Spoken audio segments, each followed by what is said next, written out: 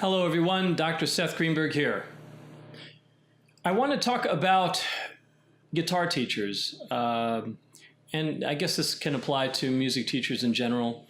But since about 85–90% of my experience, both as a student and as a teacher, has involved guitar, I'm going to be just mentioning guitar specifically.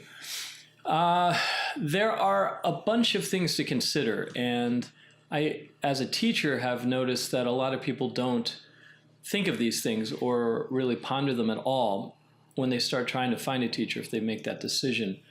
And some of these might sound very obvious, but a lot of people don't think about them. So I think these are questions that you want to ask yourself and other points that you want to consider if you do decide to seek out a teacher. One of the things is whether or not you really need to find a teacher in the first place. And the prevailing wisdom is that, yeah, you should find a teacher. If you go on YouTube and try to find videos about, do I need to find a teacher? Pretty much everyone more or less recommends it. My stance on it is simply this. If you are looking for someone to provide guidance, and you're entrusting someone that's going to help you along, then yeah, finding a teacher certainly sounds worthwhile. Is it an absolute necessity? That's really for you to answer. And, there have been some masterful guitar players who might have studied other instruments at certain points in their life and then never took a guitar lesson and just extrapolated what they had learned or parts of what they had learned from those lessons to the guitar. And then there are others who haven't had any experience. And then there are others who have had lessons. And so you really find it runs the gamut. And you really need to just be honest with yourself. And you might just start off and feel like, hey, I don't really have any direction. I don't know what I want to do with it. I just sort of want to mess around and see what will come of it. And that's perfectly fine. There's nothing wrong with that. A lot of people do it nowadays. With the internet and being able to get on there and watch more videos than you could watch in a lifetime. And that's good. And what a lot of people do when they go that route is if they continue and they get a little bit more focused or they feel like that route isn't serving their needs, then seeking out a teacher who can help them more focus and make sure that they're spending their time on the right things in the right areas and not falling into pitfalls without knowing it, which can happen very easily. They can assess their progress in a more objective sense. Maybe they have that more of that psychological motivation, and in the sense that they're maybe paying tuition to a teacher and having to prepare a lesson, that can help. Shouldn't be the only reason. I mean, there are sometimes the occasional at-home gym phenomenon where the person just decides, I'm just going to save a bunch of money. I'm just going to use free resources and that's it. And I can teach myself everything I need to do. For some people, that's entirely possible. But, if you know anyone that's ever bought a gym and in mind thinking, I'll just buy the equipment. I can use it whenever I want. I don't have to pay for a membership or pay even more money for a personal trainer. In a lot of cases, it fails because it's too convenient and they don't have really that extra motivation. It's easy to procrastinate. It's a lot harder to do that when you have to prepare something weekly for a teacher, for example, because you basically have a performance every week in a sense. That shouldn't be the only motivation or drive either, but that definitely plays a role for a lot of people in terms of, providing a incentive, if you will, to continue and to play.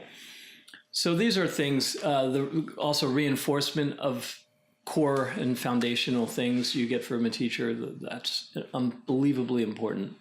And that's hard to get from just yourself. So those are things to consider. Having said all of that, there are essentially frauds that call themselves teachers who don't really have any interest in helping students at all. And they do it because, it's a source of income and they're more interested in themselves. And it's easy to tell those players, because if you look at what happens during the lesson, very little, if any of it, has to do with you learning how to play. And some of these teachers, so-called teachers, can be really, really nice and very congenial, friendly, and all of that. But you have to say, well, am I paying this person to be my friend or to be friends or what? And so if you get that sense early on, I would say, yeah, do yourself a favor. I can't see any benefit in ever having a teacher like that. If anything, you're better off just going your own route, because that's essentially what you're doing anyway. And you're not spending money to do that. So let's say if there's a good teacher, then that's a whole different story. Now, the other thing, speaking of different types of teachers, there's also a prevailing assumption that quite a number of people have. And I've come across this quite a lot as a teacher myself. And that is a prevailing view that for most people, that teaching is nothing more than just imparting information. It's just, hey, I'm coming to you as a student and you just give me an answer or show me how to do it, or, a combination of those two things. And I go and I practice that, and then I come back and regurgitate it in one way or another. And that's what teaching really is. Most people do teach that way. The vast majority, 80% at least, probably more, teach that way. And some teachers are much better and more skilled at that way of teaching than others, for sure. So even within that approach, there can be quite a large difference within that. But it's still ultimately the same thing in terms of the approach and philosophy behind it. But you don't want to think that that's all teachers, because you'd be flat out wrong and very mistaken. The other type of teacher, let's just say a great teacher or a master teacher for that matter, they don't teach that way. They can. I mean, for them, that would be the easiest way to teach, because let's face it, if you know the answer to something, what's easier than just telling the person the answer? That's pretty easy, right? You know it. You can do it, perhaps, in demonstrating it. And that's generally easy. But the thing to recognize, or at least a great or a master teacher will recognize, is the fact that approach is very limited in terms of the advantages and inroads that it helps make with the particular student, and the benefits, the level of benefits that are associated with that approach. There are benefits, sure, but the great teachers will know that it's not about them just giving an answer. In fact, that's what makes them great, is they don't just give the student the answer. They teach in an artful manner. They see teaching as an art. And what they generally do is they find a way of allowing the student to experience what is necessary in order to arrive at that answer. So the student is finding the answer, but the skilled guidance from that teacher is such that the student will arrive at it. And by doing that, there's a way different level of understanding, a sense of confidence, because you're essentially arriving at the answer on your own, and you start realizing, hey, I can actually figure this out on my own too. It develops over time. But there's a much deeper connection to that material when you experience it and learn it in that way, and you arrive at the answer rather than someone just telling you the answer. Even if it's the correct answer, it doesn't even really, that's a lot better than having the wrong answer, but it's still, in the process of arriving at it, is so different. And players who will go about it in that way and learn that way will exponentially learn faster and develop faster, all things equal, of course. So you don't want to just necessarily feel like, all teaching is basically the same thing. It's not. There's a huge difference, night and day. So a great or a master teacher who charges a lot more money, those students will learn exponentially faster and, if you had teacher A and teacher B, teacher A is, good run-of-the-mill teacher, teaches just by sort of rote and by giving answers and stuff, and is competent, and has integrity, is interested in helping the student, of course.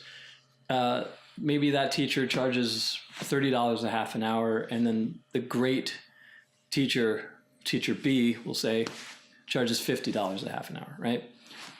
It's not, it's likely that taking lessons from teacher A, you might be moving anywhere between 5 to 10 times slower than if you were to take from teacher B.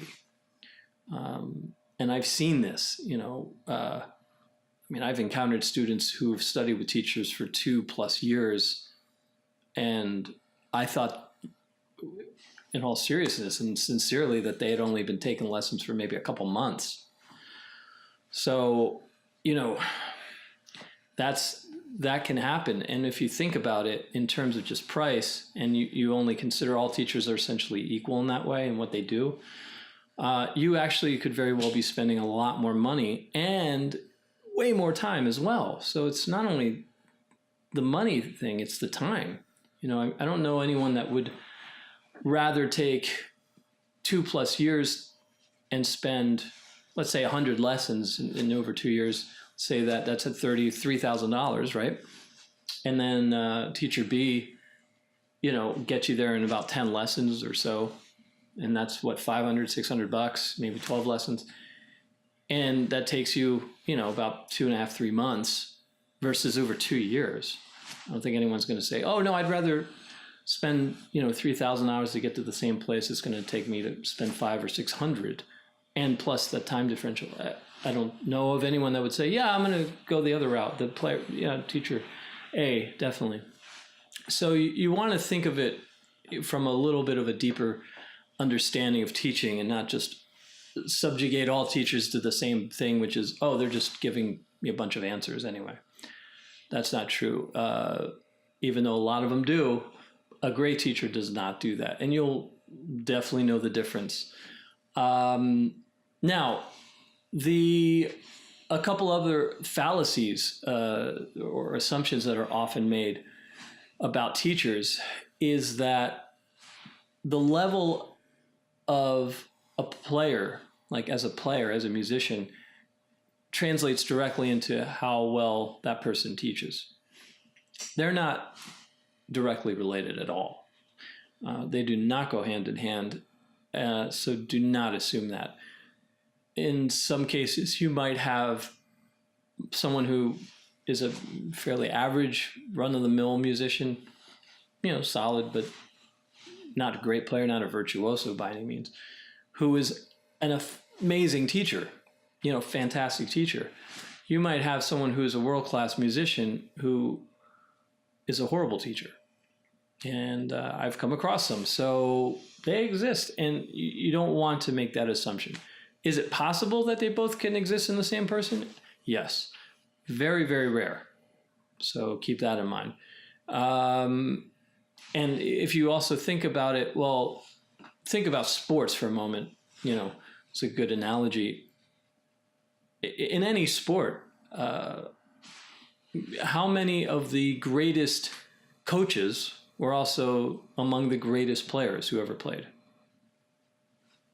How many of the greatest players who ended up going on to coach after they retired, how many of them became some of the greatest coaches within their sport?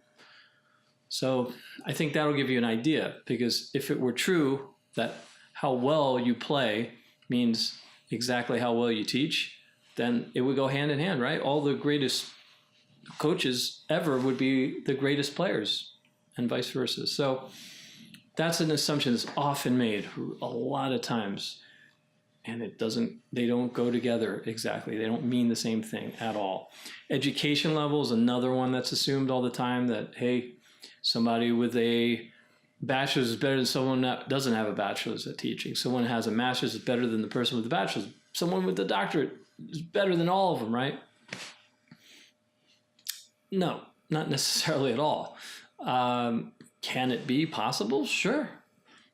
Do you want to assume that? I would not recommend it, because you could be, again, very sorely mistaken. Because I've had professors, I don't know about you, who had PhDs and doctorates, went through all that schooling, and I would list some of them among the worst teachers I've ever encountered in my life. So, I mean, ask yourself, if you've gone through any sort of schooling where you've encountered those with bachelor's or master's degrees and doctorates, did every single person with a doctorate, were they all superb teachers and infinitely better than those who had maybe a master's degree? So I think there's your answer right there. Again, it's possible to have it both, but again, it's rare, and you just don't want to assume it. That's the main thing, is you want to not just snap your fingers, oh, that person has to be better. No, you want to dig a little deeper. Now, speaking of digging deeper, so as a student, especially a beginner, but even if you're not, you may want to consider asking yourself at this stage, what is it that you're looking to get out of lessons with any teacher? Who would be the ideal teacher? And that might mean, the style of music you have in mind that you are interested at this time, or styles, areas of interest. All of a sudden, maybe you've been playing for a while and you're like, hey, I really want to learn how to do this really well. Like whether it's learning how to harmonize melodies or assemble chords or improvise or whatever, or compose. You want to have those sort of that picture painted for yourself and make sure that it's there, because that's obviously going to be important when you're selecting the teacher. A lot of people don't do that. They don't. It's pretty obvious when you say it, but very, very few students that I encounter ever have given that any thought. Now, it's okay if you have a very broad interest. Let's say you're a beginner and you're like, hey, I just like a lot of music. Maybe I love music in general, and I don't know, I don't have a specific thing I really want to do right now. Maybe just some fundamentals, some basic foundational things. That's perfectly fine too, but you want to establish that. Now, if you are going to that teacher, sometimes if the teacher's a great teacher should ask that question. But if not, you should go ahead and be forthright with giving that teacher as much information, because the more information that teacher has, the more complete a picture. And that leads me to, if you're going to meet with a teacher the first time, that teacher should have some sort of really like a sketch, like maybe a very sketched out blueprint or a very basic game plan of where that teacher feels you should start, a point of departure, like depending on, your areas of interest. If after the first lesson, that teacher just is utterly vague and says, yeah, you don't worry about that, we'll just kind of feel it all out, and can't offer you any insight, any course of direction, I don't know if that's not such a great sign. And there are teachers that we talked about, the sort of fraudulent, inept teachers who may be perfectly nice people, but they're not really there to help you. And then you have decent teachers, good teachers, who are interested in helping students. But let's say, they don't ask these questions forthright, they're not. So, they should know that up front, because you might say something and that teacher might realize, that's not really an area of expertise for me. Hopefully the teacher has enough integrity to do that and doesn't want to admit that, I don't know something, and figures they're just going to wing it and try to teach you something that they don't really know anything about. That happens. And if you get that feeling, go with it. Go with your gut. Also, if you're a beginner and you sit down with a teacher, and maybe the teacher is a great teacher, but for some reason something's just not aligning properly for you, you might want to reconsider taking from that teacher, even if the teacher's reputation is fantastic and great reviews and everyone thinks it's wonderful. Maybe that's just not the right teacher for you at this time.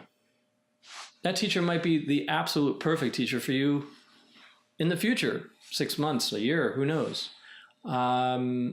So, don't just dismiss it because you don't have any background in taking music lessons and you just capitulate and just defer entirely to the teacher and ignore how you feel. That's not good. Speaking of that, my own personal experience as far as my first teacher, I had an incredibly narrow view, like about as narrow a view as you could get in terms of what I wanted to play on the guitar, what kind of music and what style of guitar. It was as narrow as you could pretty much get. And I was lucky. My first teacher was perfect. Mark Burkert, I couldn't have had a better first teacher based on where I was at that time, what my interests were. Just to give you an idea, a year and a half later, approximately, I became more interested in other styles of music that really weren't specialties for Mark. And he had the integrity to tell me, hey, it looks like maybe you should find another teacher. Well, again, I was very, very fortunate. Jimmy Bruno, the guitar virtuoso and great teacher in his own right, appeared in my life, and I began studying with him. Now, had Jimmy Bruno been my first teacher at 12 years old, that would have been a disaster. And it had nothing to do with his abilities. It's just where I was at that point and where my interests were and my focus. All of that was so specific, and it was totally outside of what Jimmy even likes, for that matter, and what his interest would have been. So it wouldn't have been a compatible fit. There wouldn't have been the right rapport there as a teacher and a student. So I just got lucky that, the procession of teachers has been amazing in my life, but a lot of people don't have that. And then after that, Jimmy Amade, that actually brings me to another point. If you're an intermediate or an advanced student, a guitarist, let's say, don't necessarily limit your choices just to guitar players. You might have a violin player, you might have a bass player, you might have a drummer for that. I mean, there might be someone who's teaching musical concepts that will give you an entirely different perspective on music and your own instrument that you would never get from a guitar player. And those teachers could be masterful teachers as well. And if you just dismiss it because you're like, that was my first reaction to Jimmy Amade. When Jimmy Bruno said, hey, this guy wrote a couple books, really great improv book and a harmony book. And, you should maybe consider taking a couple lessons with this guy. I was about 15 years old, and I was really resistant to that. I thought it was ridiculous, the proposition, even though Jimmy was, I just thought, well, what am I possibly going to learn from a piano player? And I dismissed it. And it wasn't until my high school teacher, Michael Steers, another fantastic teacher, he recommended Jimmy Amade shortly after Jimmy Bruno. So after that, I finally thought, okay, well, this is an uncanny coincidence here. And that Jimmy Bruno mentioned a week or two later that Michael Steers, all right, I'll set it up. And I called him up, and man, was that a really eye and ear opening experience. I'll have to do a video on that someday, but oh boy. But what I got out of Jimmy Amade's lessons was phenomenal. And I didn't take any piano lessons with him, and he didn't play guitar, but man, I'm so glad that I didn't just dismiss Jimmy and never end up taking any lessons with him. So I really have to thank Jimmy and Michael Steers for that.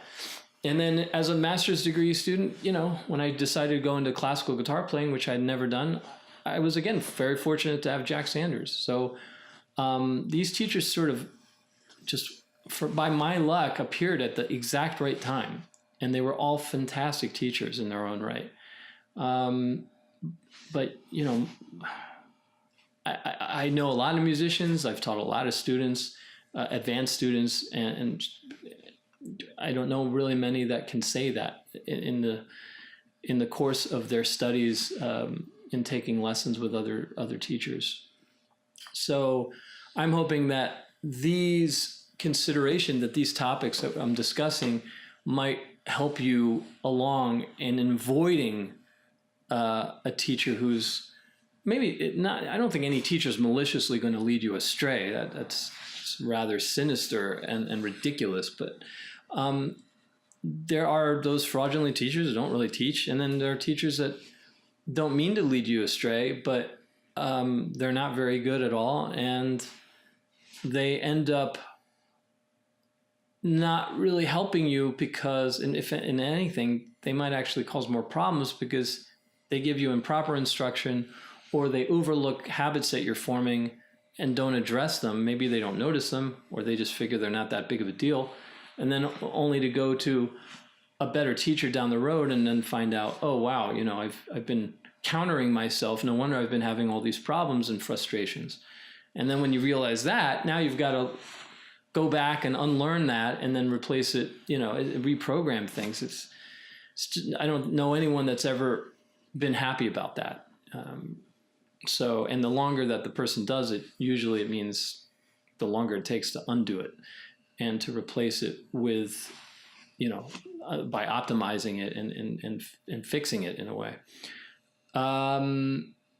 So those are things you want to think about. A couple questions also about teachers, you find out how many students they teach, if you're looking at a bunch of teachers, because when I was about 19, 20 years old, I had upwards of 60 students by that point. I was teaching for 6 different schools. I was also in school. And then I had about a bunch of like my own private students. So to say I was spread thin is an understatement. But I didn't know how to say no. And I was just so happy that I was getting more and more students. I figured, I didn't think like I can't handle all these students until I recognized that my level of attentiveness and presence during the lessons, by the time I would get to the evening, or maybe even before that, depending on the day, sometimes in the afternoon, it would just start to decline. If I started teaching at sometimes 8:30 in the morning, 9, by like 4 o'clock in the afternoon, I was on my way out. And if I had a student at 8 o'clock that night, I wanted to be there, but we can only handle so much. So a great teacher isn't going to take more than he or she can handle. So, but again, those are few and far between. You want to ask that. And if you do find a teacher that you really want to study with who is taking on 60 students or 50 students or what have you, or more, just be careful where you're placed in the schedule. If you're going to be the 18th student of the day, you're probably not getting that teacher at 100%. So something to consider. We talked about having like a game plan that the teacher should have some sort of idea, but also, finding out if the teacher teaches, like to students that of your age, range, ability level, and enjoys it, because some are very specific, some are very direct about it. The great teachers are very transparent. Tell you right up front what you're dealing with, what to expect, all of that stuff. A lot of teachers don't.